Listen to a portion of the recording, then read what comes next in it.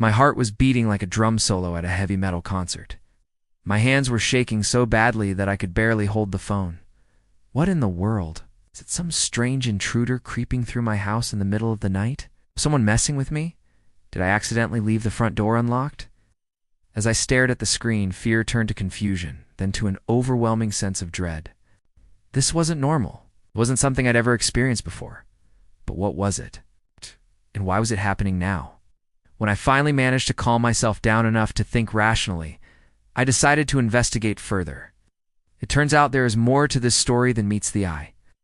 So without further ado, let us dive into the mystery of what happened when I checked my security camera footage at 3 a.m. It was a cold winter's night. The kind of night where the wind howls like a hungry wolf and the snow falls in thick, heavy flakes that muffle all sound. I was snuggled up on the couch watching a movie, completely oblivious to the drama unfolding just outside my window. Suddenly, my phone buzzed. I reached for it and saw a notification from my home security app. It was a motion alert from my front door camera. A chill ran down my spine. Why would there be any movement at 3 a.m.? My family and I had been home all day, and we were the only ones who had access to our house. Plus, the security system was armed. It wouldn't let anyone in unless they had a passcode. And I was sure I hadn't given anyone access to the front door. I hesitated for a moment, my fingers hovering over the phone.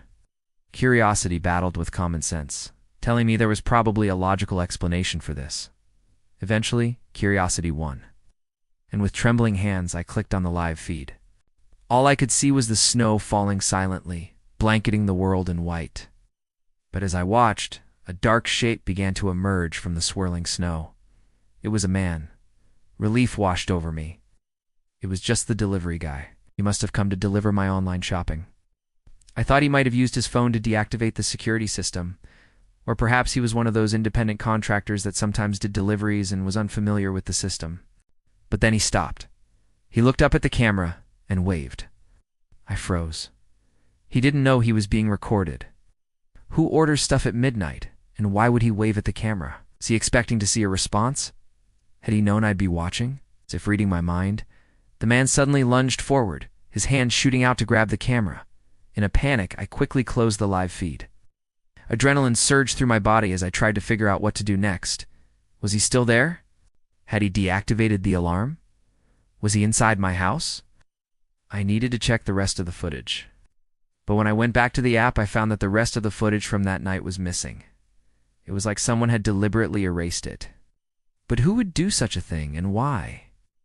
I knew I had to do something, but what? Should I call the police? Would it even make a difference? Or was this some elaborate prank by one of my friends?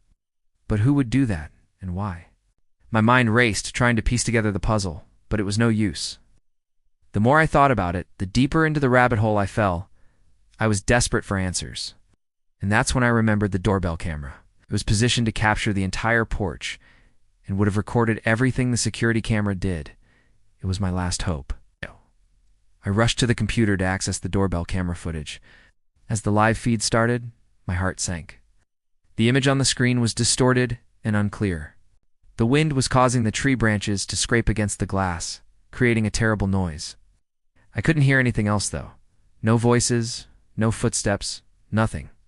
Just the wind. I tried to focus on the image, willing it to become clearer, and slowly it did. The wind seemed to die down, and the sound became muffled, as if under a blanket. Then I saw him. The same man from the security camera stood on my porch. He was tall and thin with long, messy hair and a scraggly beard. His eyes were hidden behind a pair of dark sunglasses, adding an air of mystery and intrigue to his appearance. But that's when things took a turn for the worse. He raised his hand, revealing a glint of metal. My blood ran cold. Was this the reason for the missing footage? Was this man responsible for erasing it? I wanted to run, to hide, but I couldn't move. I was frozen in fear. The man continued to stare at the camera, his face unreadable. I struggled to breathe as I watched him slowly reach out and press the doorbell. Then he turned away and walked off camera.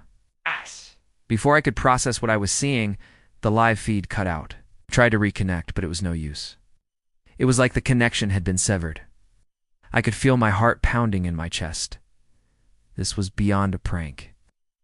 This was something sinister, something scary. As the seconds ticked by, my fear turned to anger.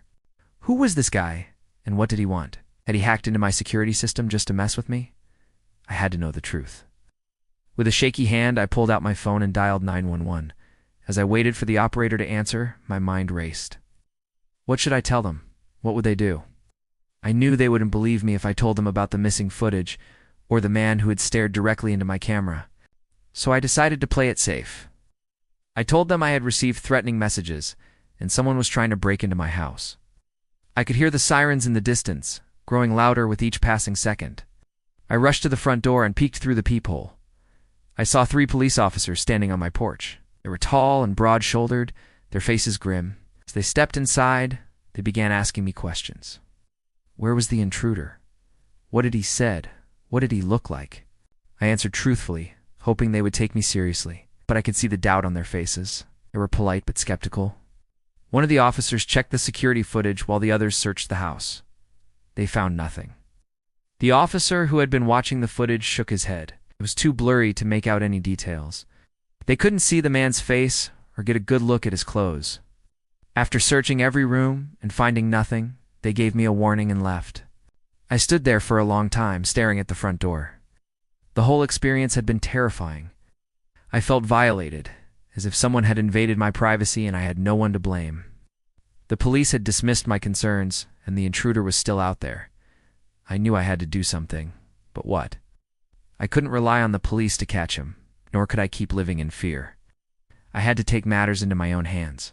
I decided to install a new security system, one that would capture clear images and never run out of storage.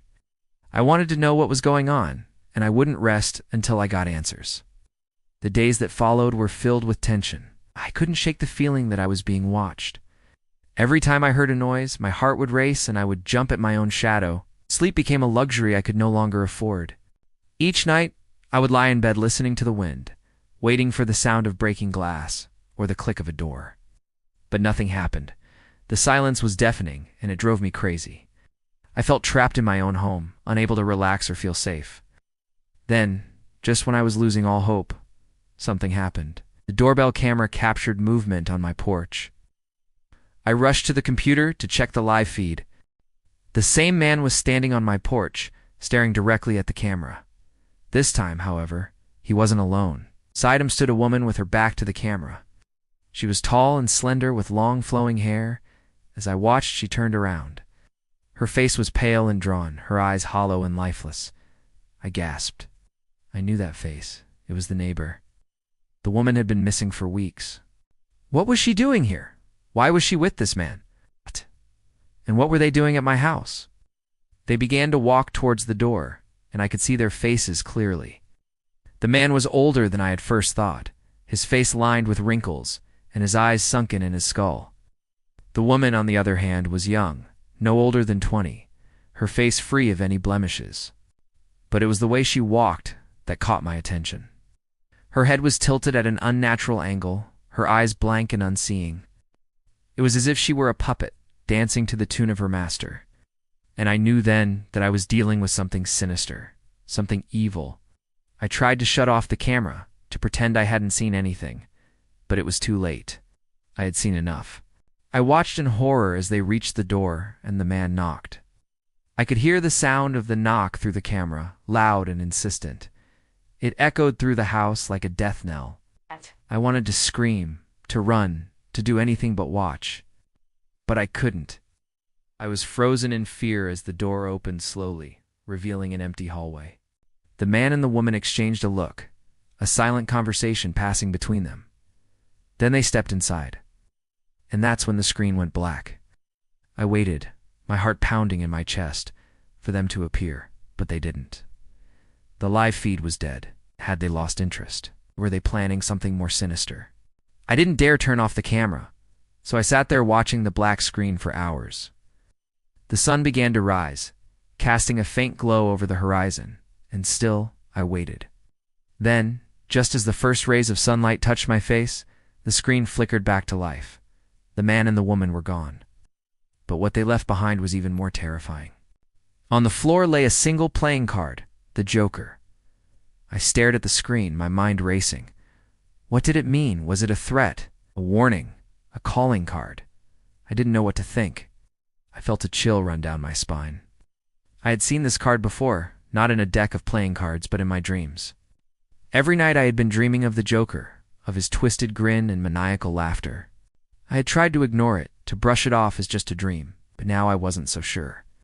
With shaking hands, I reached out to pick up the card. As my fingers brushed against it, a jolt of electricity shot through my arm. I recoiled in surprise. What was this card made of? It was cold, almost icy to the touch. And as I looked closer, I saw that it wasn't a picture of the Joker at all. It was a symbol I had seen in my dreams, a symbol that meant only one thing. I knew then that I was in danger, real danger. These people were not here to simply mess with me. They were after something I possessed, something powerful. But what? And why were they willing to go to such lengths to get it? I had to find out. As the sun rose higher in the sky, casting its warm glow over the neighborhood, I began to explore my house. I checked every room, every closet, every drawer, desperate to find whatever it was they were looking for. But I found nothing. I was stumped. What could it be? And where was it? Then I remembered. There was one place I hadn't checked yet, the attic. I climbed the creaky stairs and pushed open the door. The air was thick with dust and the smell of decay. As I moved boxes, I could feel their eyes on me, watching, waiting. But it was worth it. In the end, I found what I was looking for, a small wooden box hidden in the corner. I brought it downstairs and wiped off the dust.